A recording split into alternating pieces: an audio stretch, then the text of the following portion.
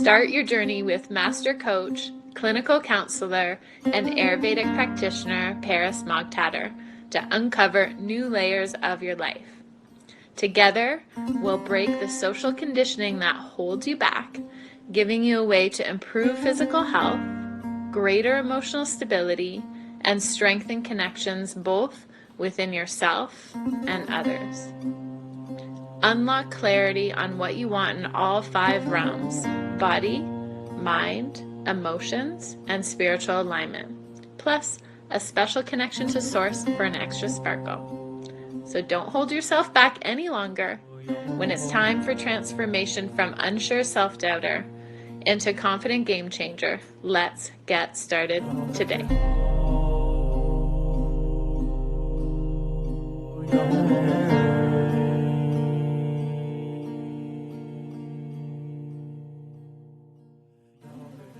Hello, my loves.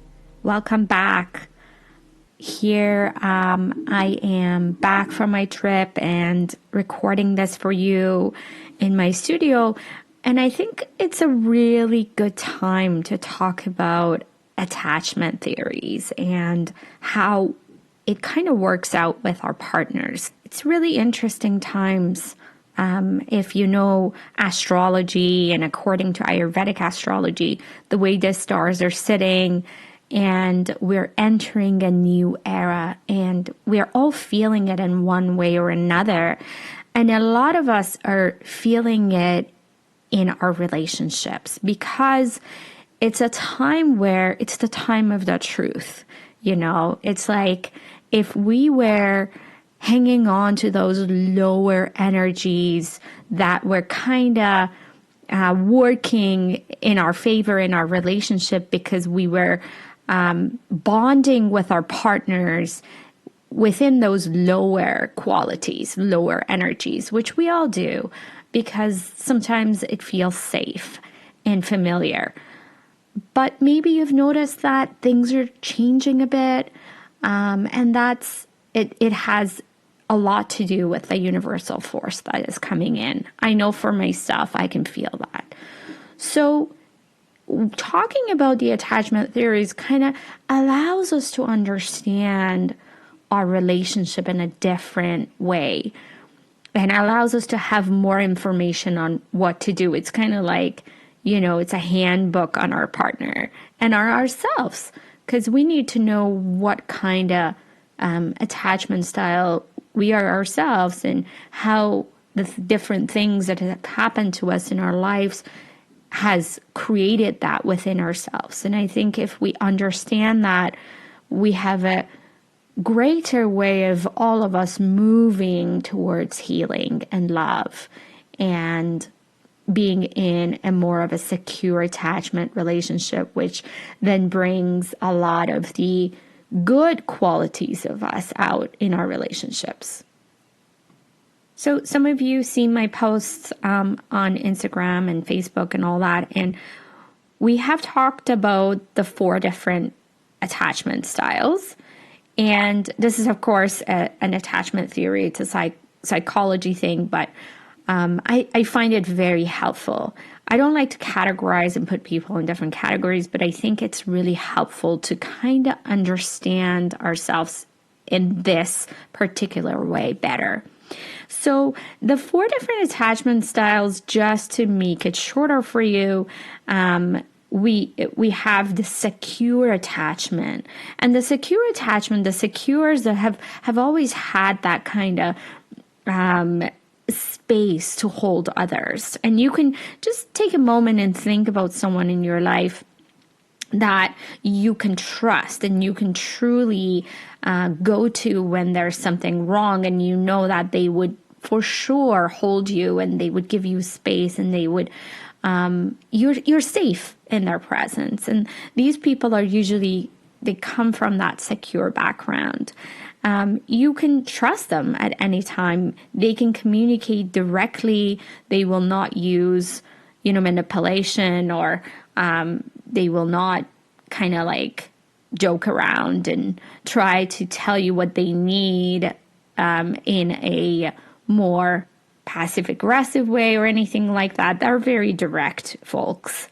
And they cooperate and they have flexible actions. They can adapt really well to situations. On the other hand, we have folks that are more anxious, and the anxious style of attachment, they are more sensitive and they can be more nervous. And these are the ones that I was telling you, kind of a lot of Vatas fall into this category just naturally from their constitutional ways. But then depending on what has happened in the childhood can make this worse or better. They kind of struggle to communicate directly, and they may disappear altogether, or they may lash out from that place of nervousness. And then we have people who are more in the dismissive part, which they become more avoidant. And Kaphas tend to go this way more often because naturally they're stronger. So they think, I can be independent on my own, but that can go too far. So it's not that all Kaphas are like that. It's just that they have the tendency to become like that. They're more self-reliant, and they act like others aren't needed, and they are more distant in relationships. And then the last group is the fearful group, or ambivalent. And these folks kind of become really terrified at some point of their life, terrified of specifically being abandoned, but they will use that same kind of abandonment threat if you're, in a relationship with them or in a friendship. They depend on others a lot, but fear that they're going to be rejected. They have lower self-esteem and higher anxiety. And then the last group is disorganized. And disorganized is really when we have different attachment styles. And in different times, we just pull from these different attachment styles. And it's kind of the most challenging one really to work with. And I just want to go into a little bit of detail in the sense of our relationships. Maybe you are in a relationship right now and you're wondering what you are and what your partner is and what you could do about it. The good news is that we can all understand, and in a way that we can kind of balance our right side of the brain and the left side of the brain, which means what has happened to us as in an emotional way, as in a sensual way, and bringing more understanding to that so that we can all move towards that secure relationship. It's absolutely possible. So if you are already in a relationship, you might be in an attachment bonding relationship. Many of us are.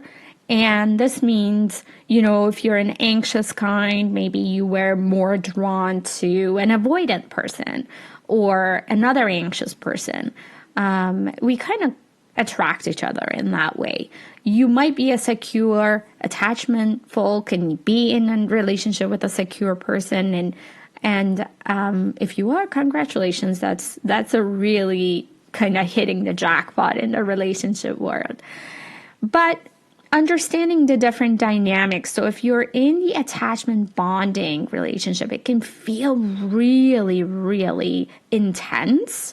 And the bonds of these attachment relationship types of things are very real and very strong. And so you could even be unhappy and you guys might be fighting, or each person kind of lives in their own quarter of the house, but the strength of the relationship is still there. The bond is still there. And you can think of this as, relationships that seem very unhealthy from the outside, and you can see them fight, but the one person would do anything to keep the other partner around. Versus, as we were talking about the secure attachment, these folks can be in a relationship where the relationship is a safe haven if both people are insecure. And they might have other problems, like if something financially happens, or someone gets sick, or someone loses a job. Usually their problems are outside of their relationships, and they come strongly together to deal with them. And this, of course, is a great advantage. So one of the reasons I'm talking about insecure is that very easily insecures can move towards a secure relationship. So let's talk about that. How do we do that? What does that look like? What are some guidelines that we might borrow to do that kind of stuff? So let's kind of dive in and start with the ambivalent kind of relationships, or if you have a partner that is more on the fearful side. So it's a very good idea to give these folks a lot of reassurance, because they get really fearful of being rejected. So by that, what I mean is you can even, use text messaging, or if you're out of town, you're really involved in a very stressful work process where you're just not at home as much as you like, and you're not as available, it's a really important thing to stay close, and just by sending little text messages or staying connected all throughout the day, or just a simple thing of maybe FaceTiming your partner and saying, "Hey, I'm thinking about you. I'm really busy, but here I am." Or I recently, for example, had a client that I think is more in this category, and she was saying that everything's fine when they're together and they do things together, they have dinner together, and she's so in love and he's so in love. And then the moment he kind of is done, needs a minute, and goes and sits on the couch to watch TV or just take a moment for himself, she panics and freaks out. The reason for that is because now that kind of she's going into that fearful space of, oh my God, I need reassurance. Is this the end? For her, it's very real. So if he learns to just simply look her in the eyes, put his hand on her shoulder and say, "Hey, honey, I'm here, but I'm just gonna, take a moment to watch something on TV." Even just turning his body towards her is going to make a huge difference. So if you can continue to reassure your partner that is struggling with fearful, ambivalent style, where they have a tendency towards anxiety about connection, if you can give them the sense that I'm here for you, you're in my heart, even when I'm traveling. I miss you. I can't wait to be with you again. I value you. You are the most important person in my life. You're my man. You're my woman. You're my partner. You're the person that I want to be with, and the most.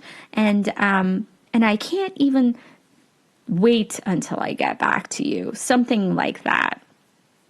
If you can send these kinds of attachment, reassuring messages with a certain generosity, with an open heart, this will have the effect of calming the hyperactivation of their nervous system, of being in the anxiety and fearful place, and it will calm them down.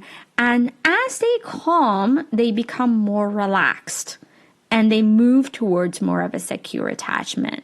And actually, over time, as they trust the connection, you're teaching them to trust the connection. And as they trust the connection, years go by and they know more and more that this is real and they have a connection with you and you're not going anywhere, it will be to the relationship's benefit, and they don't need as much reassurance anymore. So both of you will be in the win-win situation where you can more easily move into secure attachment. The ambivalent, as their attachment style comes down and they have more soothing and they get more regulated, they actually are great in the relationship. They want to be in the relationship. They want to be committed. So they might, fight with you when they actually need a hug. They actually do want the hug. So they want to treat you like royalty, and then they can be safe enough to move towards that kind of thing as their insecurities dissolve and their kind of, whether they have jealousy or they don't want to see you with another person, or they don't want you to do anything else in the relationship and they just want you to fully be focused on them. Maybe you go play golf and that becomes a problem. If that's a problem, mostly for your partner, they are probably in this category.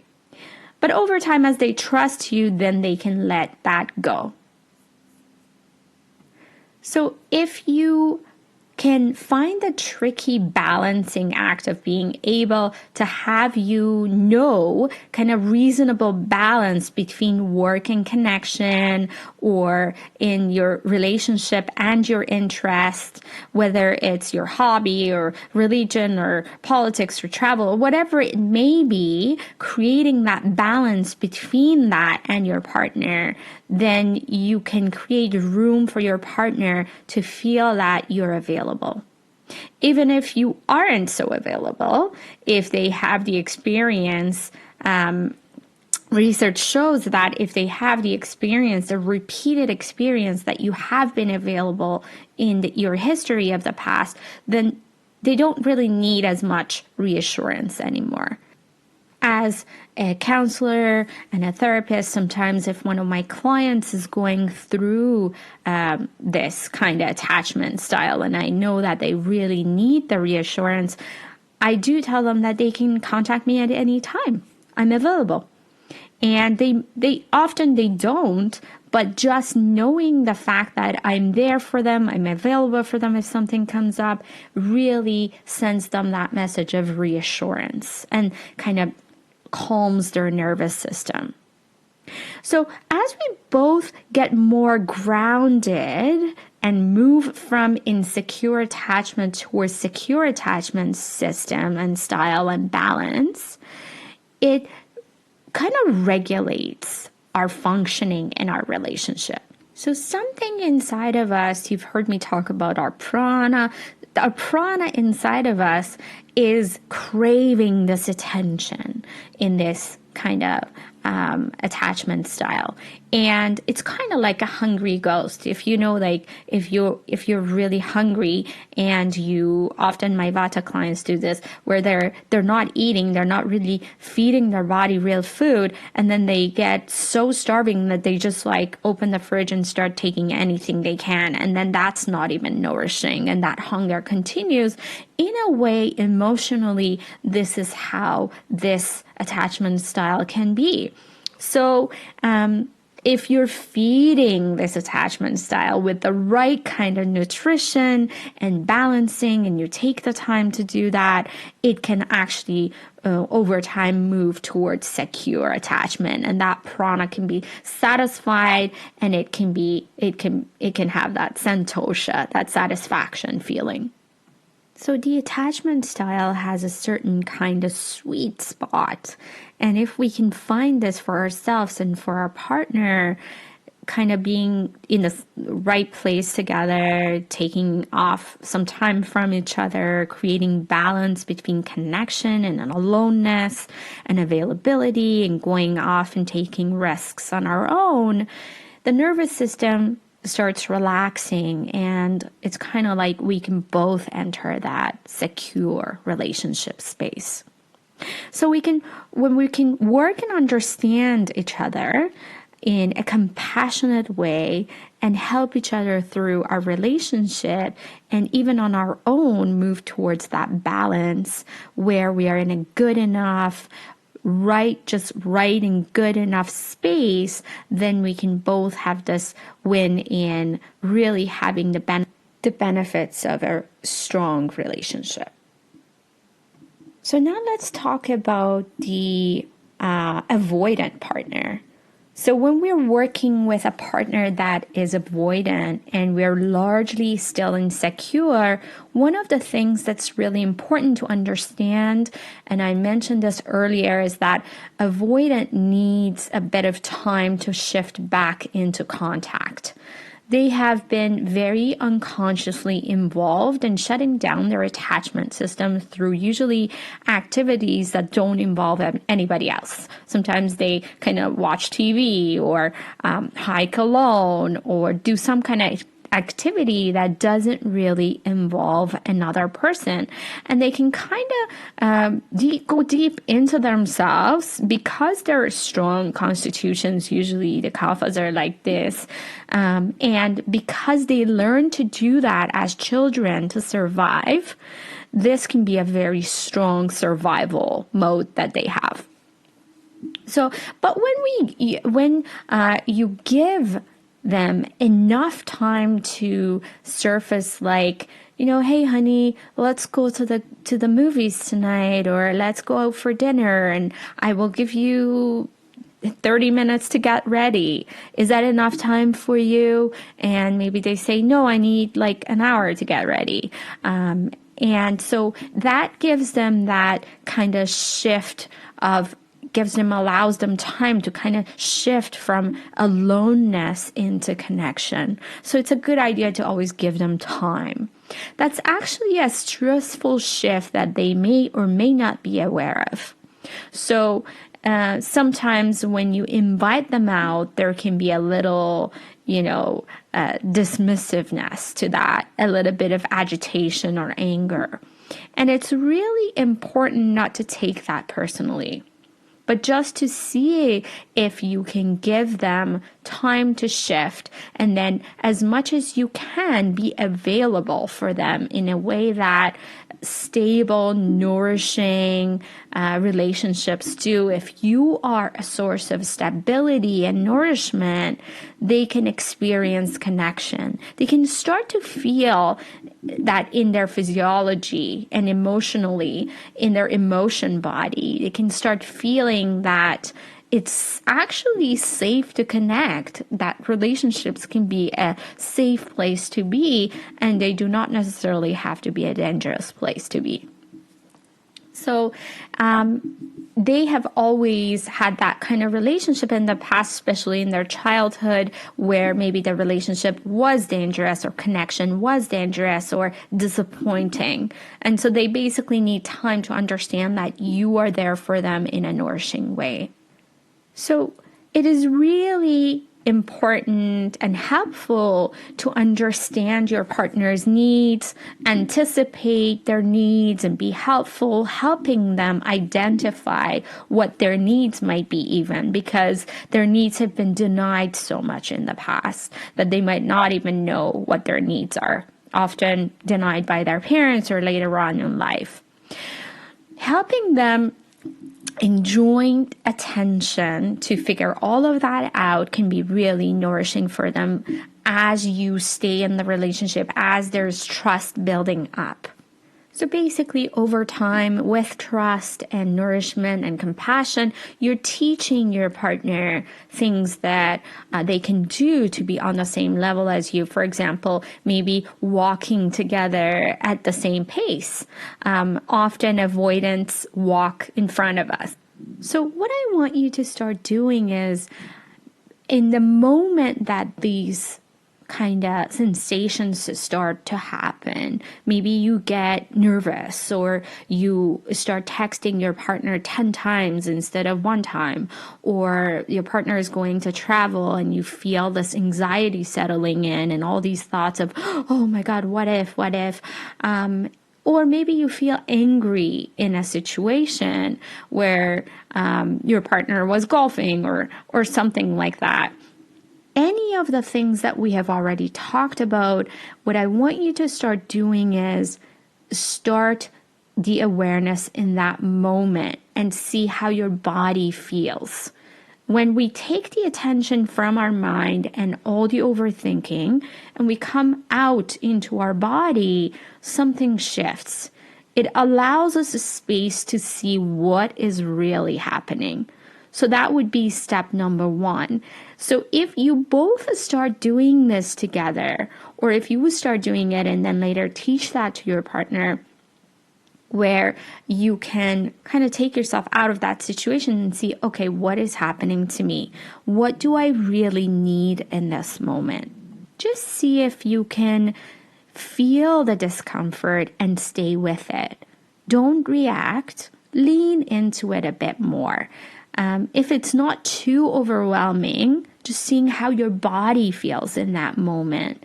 Maybe it's a feeling in the pit of your stomach, or a slight headache, or a sensation in your chest. Often it affects us in our kind of body in a core part of way. So in our core, there is this feeling of discomfort or sensation. Sometimes I feel like I'm gonna puke, is it like that?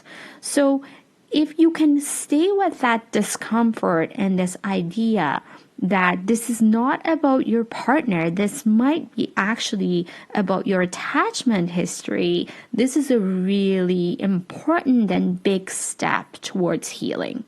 So often when we find that, we realize that this might be a message from our samskara, from our original pattern, when this had happened when we were often a child. So eventually, this feeling will start to change and discharge itself. Maybe if your partner is there asking for some help about connecting with that discomfort. I recently just told my partner, when I get like this, can you just put your hand on my shoulder and tell me that everything's going to be okay? Because I do go into that I have noticed, fearful place. So just having that conversation with your partner of saying, maybe just look me in the eyes, or give me space, whatever it may be that you might need from your partner at that moment. But first, see if you can just recognize it as your history showing up and saying hello, but maybe not in a way that has to hijack you and take you away and take away your stability, take away your groundedness and your centeredness, not giving into your samskaras. Instead, knowing that this is my samskara, this is my kind of something that has happened to me in the past that is being pulled out at this moment that has nothing to do with this moment, most likely. And be really calm and kind to yourself in that manner, having compassion towards yourself. Be curious rather than judging yourself in that moment.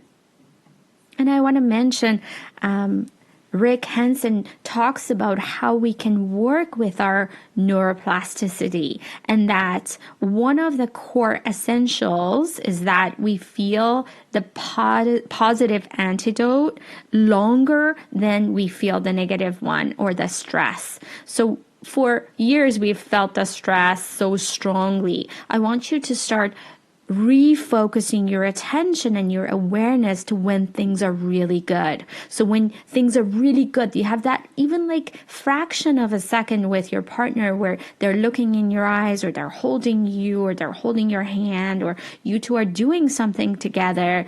Bring your awareness to those moments more strongly. And what happens is that over time, those old programmings, those samskaras in our brain start to change. So these are like old wounds. Old samskaras are old wounds. And over time, as we pay more of our prana, more of our attention onto the good things, things start to go more towards the positive. And as we challenge them, we can see that these positive antidotes stay long enough in our brain. We can see that shift starts to happening, and we can create change and support each other into moving towards the secure attachment.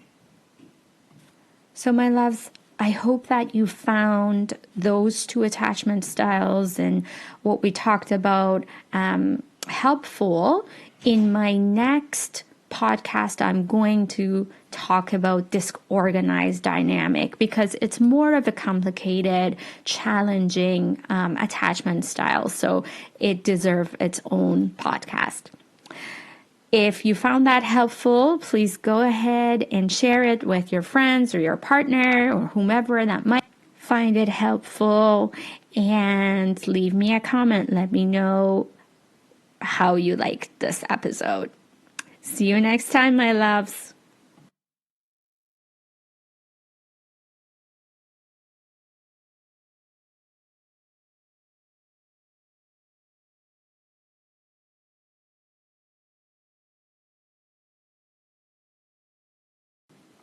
If you liked this episode and you would like to get to know yourself and your attachment style and your partner's attachment style better, go ahead and book a session with me.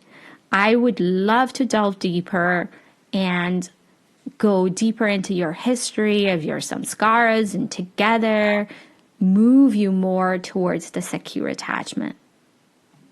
Go to www.parismoghtader.com, also written on this podcast, or you can just simply go onto my Instagram handle at Paris Moghtader or Facebook and send me a DM. Bye, my loves.